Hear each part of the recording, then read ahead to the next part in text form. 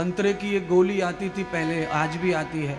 संतरे की गोली 150 साल पुरानी है, दुकान पे से पहले से ही हम लोग चूसते आ रहे हैं उसको।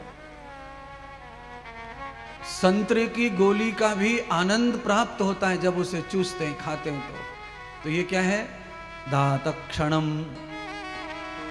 सौनक जी ये क्षणिक है, जब तक गोली है मुंह में पड़ी है, चूस रहे हैं, तब तक उसका आनंद प्राप्त हो रहा है। अचानक आपने दुकान पर कपड़ा देखा, कपड़े को पसंद कर लिया, मन में बैठ गया कपड़ा, और वो कपड़ा लेने की ताकत नहीं है, तो मन बड़ा बेचैन, और वो कपड़ा कैसे भी मिल गया तो वहां भी आनंद प्राप्त हो गया। पर क्षणक, वो भी क्षणिक ही है। आद्रव्यम, सूत जी कहते हैं आद्रव्यम, आदमी बड़ा गरीब है और उसे धन की प्राप्ति हो गई तो वहां भी आनंद प्राप्त हो गया, पर वो भी क्षण की ही है। कान में, हाथ में, नाक में सोना पहन लिया, नसीब नहीं था सोने का, पर समय आ गया, पहन लिया, वह भी आनंद है, पर वो भी क्षणिक है, ये सदैव नहीं रहता। तो फिर क्या करें महाराज? तो कहा तम भागवतम श्रुति भद्रान रसैवई। भगवान की जब चर्चा कान में पड़ती है तो आनंद नहीं, परमानंद की प्राप्ति होती है, जो क्षणिक नहीं है, जो शाश्वत है, जो कभी समाप्त ही नहीं होगा। जो सुख, जो आनंद, वो कथा से मिलता है। केवल व्याख्यान अच्छा होना चाहिए, करने वाला, समझाने वाला अच्छा होना चाहिए, हमारे अंदर बिठा दे बात को, ऐसा वक्ता होना चाहिए, तो आनंद आता है। धूप लगने से घी पिघल जाता है इमर्तबान में। कांच का बर्तन रख दो, मिट्टी का बर्तन रख दो, कितना भी जमा हुआ घी हो,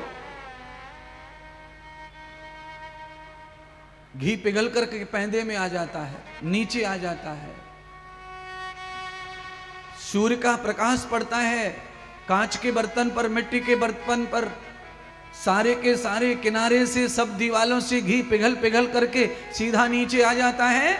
इसी प्रकार जैसे ही भागवत का प्रकाश पड़ता है तुम्हारे चित्त पर, तो तुम्हारा सारा पाप मल में खिसक जाता है, नीचे मल में चला जाता है। सारा पाप तुम्हारा नीचे, मलस्य द्वारम कृतमूल जाताम, मल से बाहर चला जाता है महाराज। मल के माध्यम से पाप का भी निवारण होता है, कफ के माध्यम से भी पाप का निवारण होता है। आप नाक से नकते हैं, आपको ज्यादा नाक बहने लगे तो केवल वो रोग नहीं है, उसमें पाप भी जा रहे हैं। आपको कभी दस्त लग जाए तो वो केवल रोग नहीं है, वो दंड भी मिल रहा है और पापों का खात्मा भी हो रहा है। दंड मिलने के बाद पापों का नाश भी होता है। ऐसा नहीं है कि आपके अपराध का दंड धरती पर मिल गया और फिर ऊपर जाके भी मिलेगा भगवान के यहां ना। अगर आपने दंड को धरती पर भोग लिया है तो और कहीं दंड का विधान नहीं है। संसार सृष्टि में, भूलोक में, तीनों लोक में, 14 भवन में, यस्तम पृथिव्याम तदलोकस्य मूलम कर्मम विभूषितम पापाय पुण्याय। चाहे सृष्टि का कोई पाप हो, चाहे सृष्टि का कोई पुण्य हो, धरती पर ही उसका भोग है। अच्छा बताएं, आम का बगीचा आपने धरती पर लगाया है तो उसके जो पेड़ बड़े हो जाएंगे तो धरती पर ही पेड़ है तो उसका फल भी धरती पर ही आएगा। केवल इतना है कि आप आम को तोड़ करके बगीचे से शहर में ले जा सकते हैं, अमेरिका ले जा सकते हैं, घर ले जा सकते हैं, छत पे ले जा सकते हैं, कहीं भी खा सकते हैं, पर धरती पर ही भोगना पड़ेगा। यहां से अमेरिका तक आम जा सकता है, फल जा सकता है आपके खेत का, पर भोग यहीं खत्म, यहीं होगा वो आम, और उसके लिए कोई जगह नहीं है। आप जगह बदल सकते हैं, कितनी भी जगह बदल लो, भोगने की आदमी विकास करता है तो गांव छोड़ता है, शहर में जाता है, शहर छोड़ता है महानगर में जाता है, महानगर छोड़ता है इंटरसिटी में जाता है, इंटरसिटी छोड़ता है विदेशों में जाता है। पर कर्म थोड़ी पीछा छोड़ता है, वो तो साथ साथ जाता है। आप यहां से भाग करके यहां के लोगों से बच सकते हैं, इनकी नजर से आउट हो सकते हैं, पर कर्म से बच नहीं सकता कोई। सृष्टि के किसी भी कोने पे चले जाने के बाद कर्म साथ ही रहेगा। कोई मंदिर में जाके छुप जाए, कोई मस्जिद में छुप जाए, मंदिर में जाओ, मंदिर में जाओ, मस्जिद में जाओ, गुरुद्वारे में जाओ, जहां चाहो वहां छुप जाओ, पर कर्म तुमसे अलग नहीं हो सकता है, कर्म तुम्हारे साथ ही रहेगा। कर्म का निस्तारण करने वाला अगर संसार में कुछ है तो वो भजन है, श्रवण है, सेवन है, अर्चन है। कुछ उपाय तो हैं जो कर्म का निस्तारण कर सकते हैं, पाप का निस्तारण कर सकते हैं, आपको मुक्त कर सकते हैं कर्म के बंधन से, पाप के बंधन से, आपकी गलती के बंधन से। आपको प्रायश्चित तो करा सकते हैं, आपको शुद्ध तो कर सकते हैं, पर उसके लिए जो उपाय है वही करना पड़ेगा। भाग भाग के आप कर्म से भाग नहीं सकते कहीं। कर्म पीछा नहीं छोड़ता है। सौनक जी कथा सुन रहे थे, सूत जी सुना रहे थे। सौनक जी को जब इन बातों को चर्चा करते करते समझ में नहीं आ रहा महाराज गुरुदेव क्या सुनाना चाहते हैं, तब भगवान श्री सूत जी ने सौनक आदि ऋषियों को सही से ज्ञान हो जाए, बात समझ में आए, उन्होंने एक उदाहरण सुनाया, एक दृष्टांत दिया, महाभारत का ज्ञान दिया। कहा जन्मम सहस्र प्रबद्धते, कि जन्मम सहस्र प्रबद्धते, नस्तम भोग जन्मम श्रुति, यस्य त्वया भीष्मान्ते गंगा जातां सपुत्रयः। कहा गया कि गंगा के पुत्र भीष्म हैं, और जब गंगा पुत्र भीष्म गंगा पुत्र नहीं थे, ये तो गंगा पुत्र भीष्म का अंतिम जन्म है जो गंगा के पेट से जन्म लिया, पर इससे पहले भी 100 जन्म बताए। कहा सहस्र जन्मम कृतम पूर्वा, 100 जन्म पहले भी भीष्म ले चुके हैं। और भीष्म पितामह का जन्म कैसा है, केवल एक ही शब्द के पीछे इतनी कथा सुनानी पड़ रही है सूत जी को। चेला सुधर जाए, चेले को समझ में आ जाए, सौनक आदि ऋषियों को समझ में आ जाए, उनकी अशांति खत्म हो जाए, उन्हें शांति प्राप्त हो जाए, वो धैर्य प्राप्त कर ले। ऋषि आप जैसे ऐसे नहीं थे, वो ऋषियों की बात कर रहा हूं।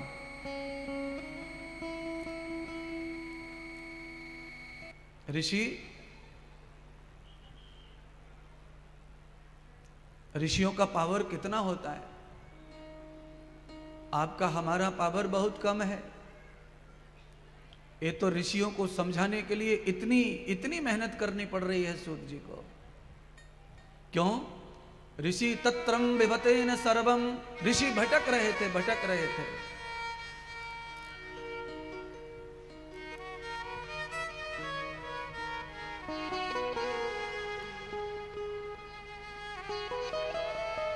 इसलिए परम ज्ञान देने का प्रयत्न कर रहे थे सूत जी। सूत जी ने महाभारत की कथा सुनाई दृष्टांत के रूप में। कहा व्यक्ति चाहे संसार में कहीं भी छुप जाए, कहीं भी छुप जाए, कहीं भी छुप जाए, कर्म से नहीं बचता। व्यक्तियों से बच सकते हैं हम, पुलिस से बच सकते हैं हम, पर कर्म के प्रभाव से नहीं बच सकते। 100 जन्मों के बाद में भीष्म पितामह ने बाणों की सैया पर लेट करके भगवान श्री कृष्ण से प्रार्थना की थी, प्रभु मुझे ये बताओ कि मेरा ये हाल क्यों हो रहा है, मैंने क्या पाप किया ऐसा। भीष्म स्वयं कहते हैं कृष्ण भगवान से कि महाराज 100 जन्मों का तो मुझे स्मरण है, 100 जन्मों का, 100 जन्मों में मैंने कोई पाप नहीं किया है, इतना तो मुझे ही पता है।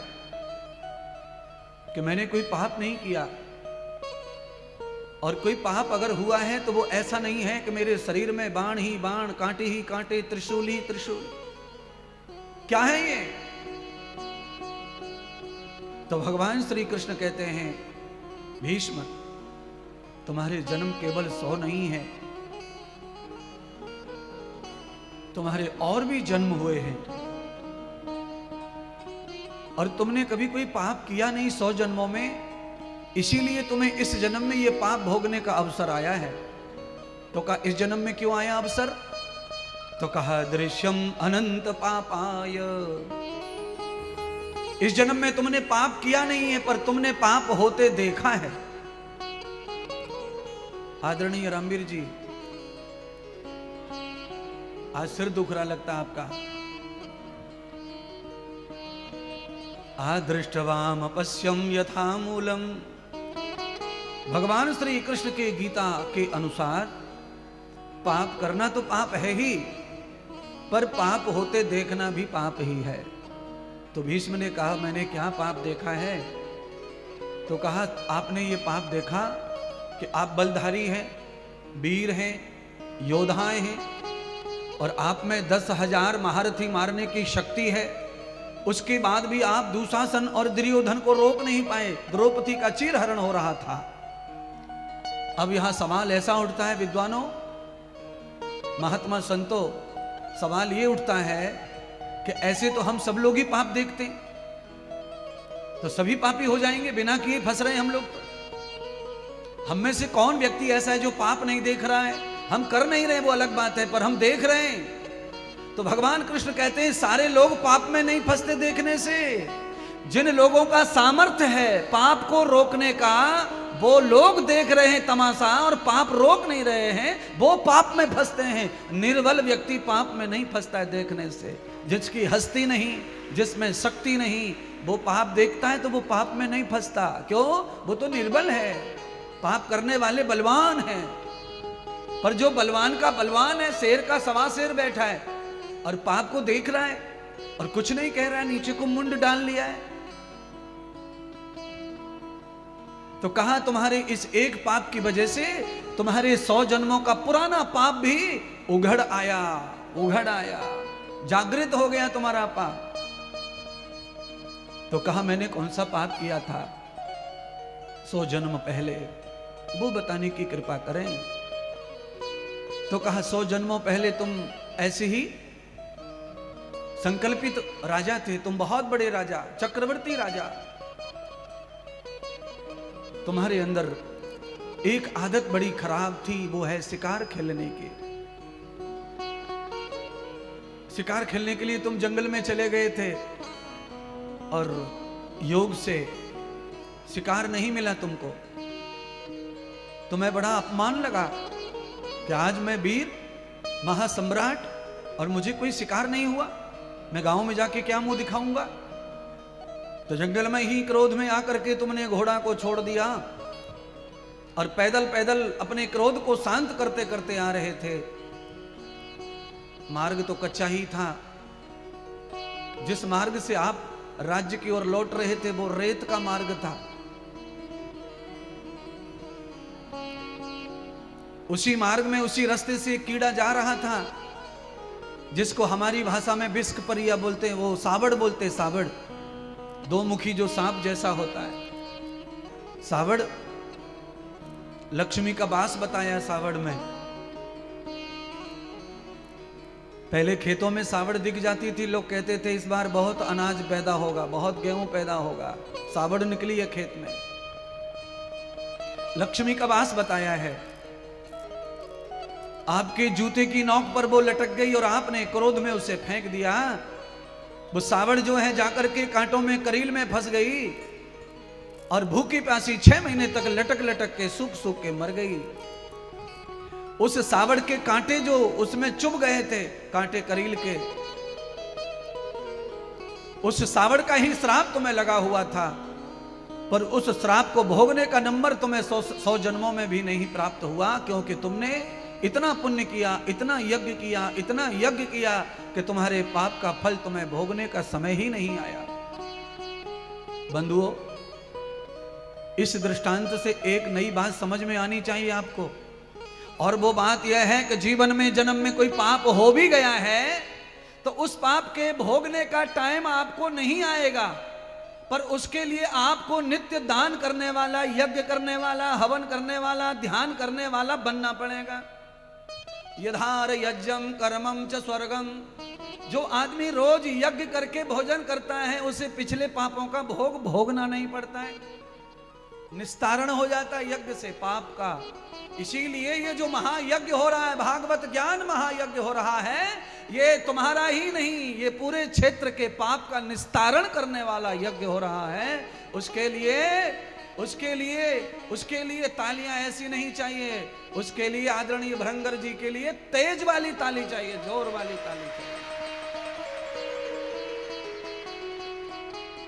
पैसे का कोई मूल्य नहीं रह जा गया संसार में, पैसे को कोई पूछ नहीं रहा, मूल्य कुछ नहीं रह गया है। पैसे के लिए तो आदमी कितना भी गिर सकता है, पैसे का मूल्य कुछ नहीं है। जितना खर्चा तुमको ये दिख रहा है, ये अगर ऐसे ही बैंक में पड़ा होता तो आप किसी को ये बता ही नहीं सकते कि आप भी खाते पीते घर के हैं, आपके पास में भी कोई नियोजन है। और प्यारे बंधुओं, भृंगर जी, आप जो खर्चा कर रहे हैं इसका कम से कम 1000 गुना आपके पास और भगवान ने दिया हो, और आप अपने बच्चे को सब खाते में उतार दो, आप सारा पैसा पूरा उतार दो। मैं कहता हूं 15 से 50 करोड़ तक भी बच्चे के खाते में उतार देंगे तो भी आपके बच्चे को उस धन का कोई आनंद और कोई सुख नहीं मिलेगा।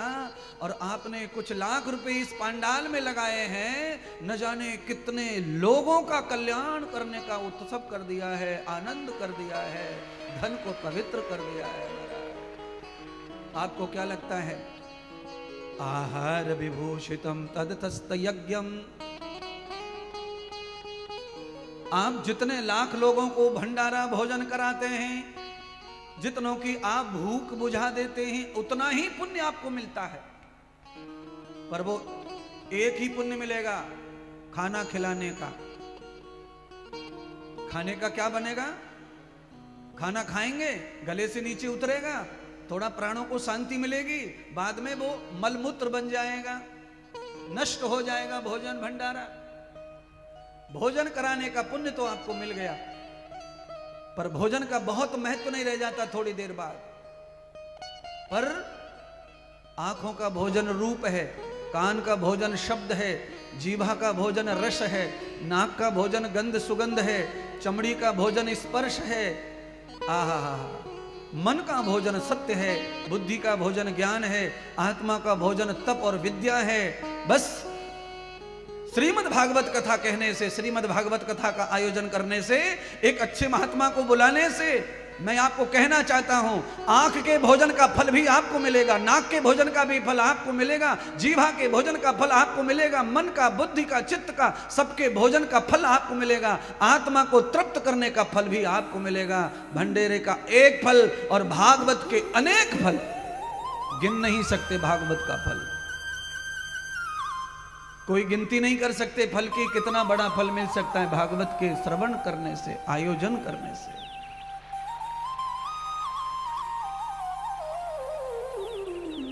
इतने लोग शांति से बैठकर कथा सुन रहे महाराज,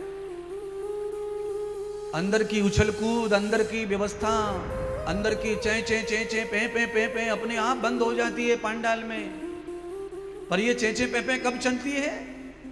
जब व्यासपीठ पर बैठा हुआ महात्मा 5 मिनट के लिए चुप हो जाए तो खलबल खलबल खलबल खलबल चालू हो जाएगी चारों तरफ। इससे अंदाजा लगा लो कि कथा का प्रभाव क्या है। वाणी जब यहां से चलती है तो सबकी वाणी शांत है, यहां की रुक जाएगी, वहां की चालू हो जाएगी।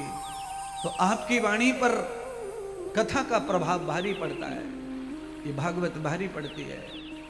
महात्मा संतों ने, योगी और ऋषियों ने कथा को सुन करके पितामह भीष्म का दृष्टांत सुना। मैं आप सबको ये दृष्टांत क्यों सुना रहा हूं भागवत का? क्योंकि आप सभी लोग धार्मिक हैं। आपको ऐसा लगता है कि गंगा नहा के आ जाएंगे, पाप धुल गया, खेल खत्म, कल और कर लो, परसों और कर लो, अतरसों और कर लो। दाऊ जी चले जाएंगे, आज पूर्णमासी है, दर्शन हो जाएगा, पाप का खात्मा हो जाएगा, फिर और कर लो। नहीं होगा। भीष्म पितामह ने बहुत ज्यादा तीर्थ किए थे। भीष्म पितामह स्वयं गंगा के पुत्र हैं, और हमने अपनी दुनिया में जब से जन्म लिया है और जब से ज्ञान हुआ है सच्चाई का कि झूठ क्या है और सच क्या है, तब से बुद्धि को अनुभव आया है, तो हमने एक बात सीखी है, दुनिया की कोई महतारी, कोई माँ अपने पुत्र से ज्यादा दुनिया में दूसरे पुत्र को प्रेम नहीं कर सकती, चाह नहीं सकती। दुनिया की कोई औरत ऐसी नहीं है कि अपने पुत्र से ज्यादा किसी और बेटे को प्यार करे। आपने भी यही देखा होगा जो मैंने देखा है, और सच भी यही है।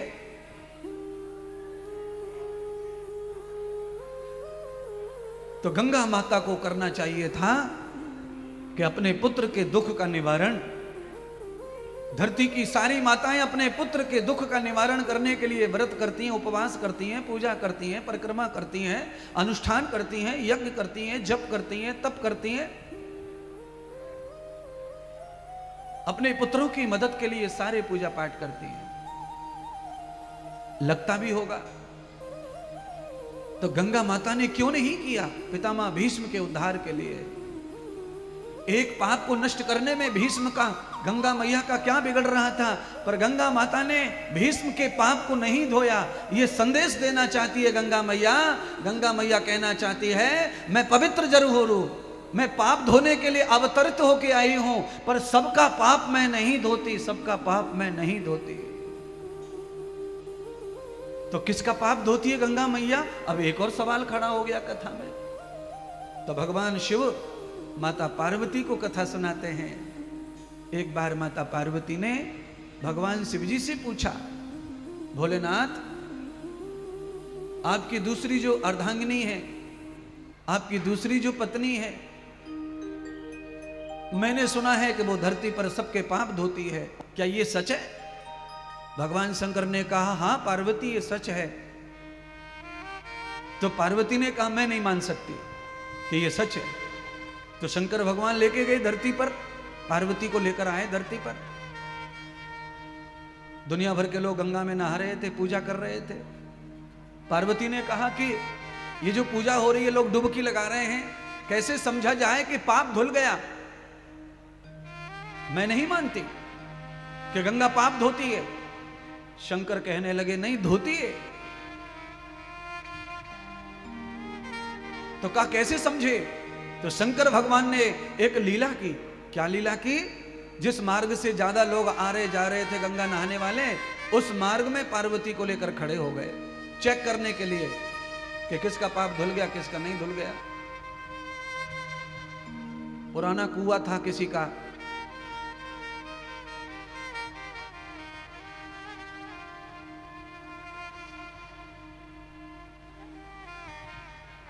ऊपर जो मॉनिटर है ना, ये सब बंद है, चालू कोई नहीं है। तुमको लग रहा है ऐसा है?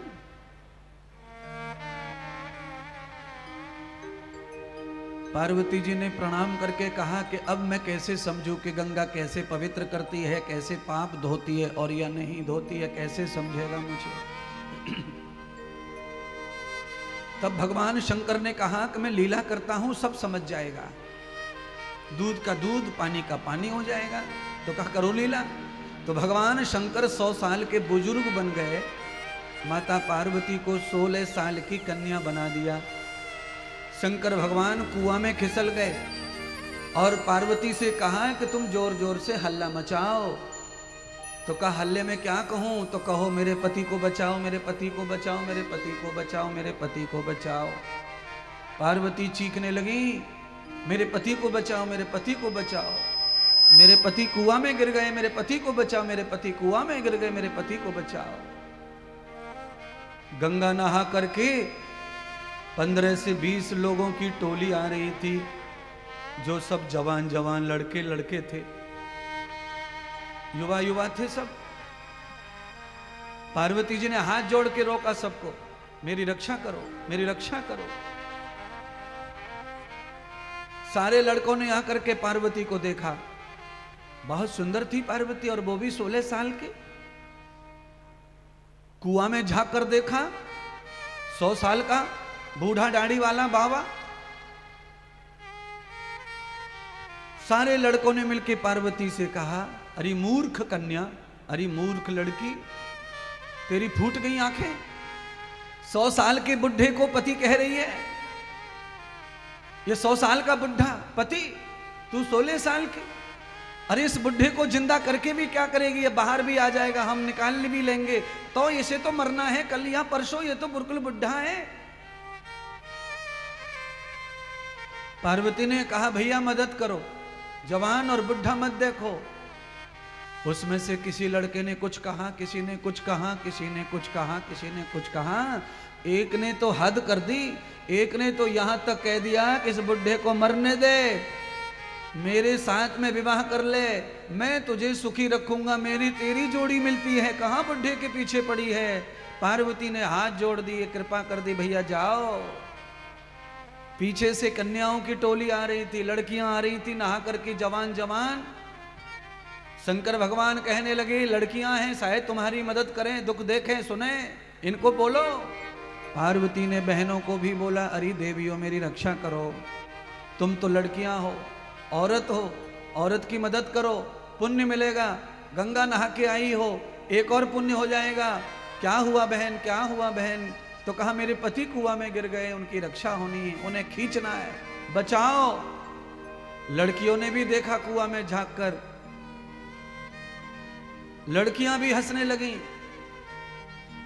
लड़कियों ने भी कहा, अरे पगली, इस बूढ़े को पति बनाकर बैठी है, अरे हमको दे, हमने हमारे जीवन में कितने सुंदर सुंदर लड़के आए, पर हमने कितनों को फेल कर दिया, तू तो बुढ़े को पकड़ के बैठी है, इस बुढ़े को मार गोली और हमारे संग चल।